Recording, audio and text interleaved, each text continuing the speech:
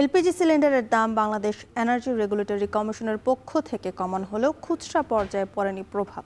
১২ KG LPG সিলিন্ডারের বোতল ১,৫২৮ টাকা নির্ধারণ করা হলেও নোয়াখালীর বাজারে খুচরা পর্যায়ে বিক্রি হচ্ছে ১,৭৫০ টাকা।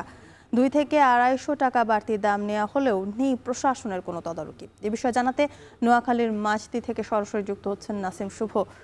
শুভ, বাজারে প্রশাসনের তদারকিতে গ্যাসের দাম কি কিছুটা কমেছে কিনা, কি দেখছেন সেখানে জানাবেন।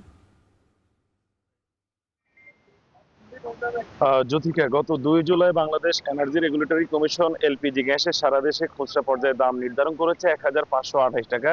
কিন্তু সেই দাম নির্ধারণের পরও নোয়াখালীর বাজারে কিন্তু এলপিজি সিলিন্ডারের যে ১২ কেজি ওজনের যে বোতলগুলো সেগুলোর দাম কমেনি।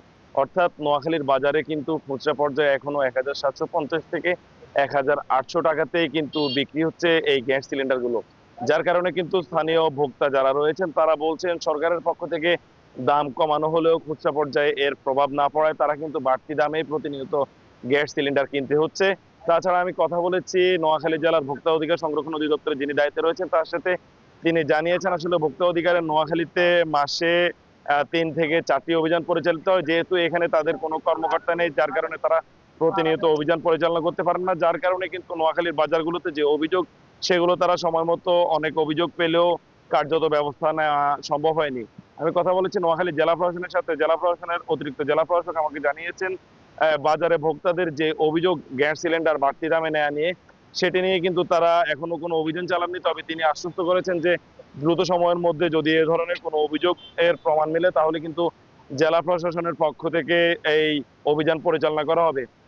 এদিকে ভোক্তারা বলছেন বাড়তি দাম সরকারিভাবে কমানো হলেও বাড়তি দামেই কিন্তু তাদেরকে নিতে হচ্ছে। আর যারা খুচরা পর্যায়ের বিক্রেতা রয়েছেন তারা বলছেন আসলে তাদেরকে এখনো আগের দামে কিন্তু গ্যাস সিলিন্ডার কিনতে হচ্ছে, যে কারণে তারা চাইলেও আসলে সরকার নির্ধারিত দামে তারা বিক্রি করতে পারছেন না। এই ছিল আসলে নোয়াখালী থেকে এলপি যে সিলিন্ডারের যে বাড়তি দাম সেটি নিয়ে আমার কাছে এখন অবধি সব শেষ। জ্যোতিকা। নোয়াখালী থেকে যুক্ত ছিলেন নাসিম শুভ, জানাচ্ছিলেন সেখানকার সবশেষ তথ্য।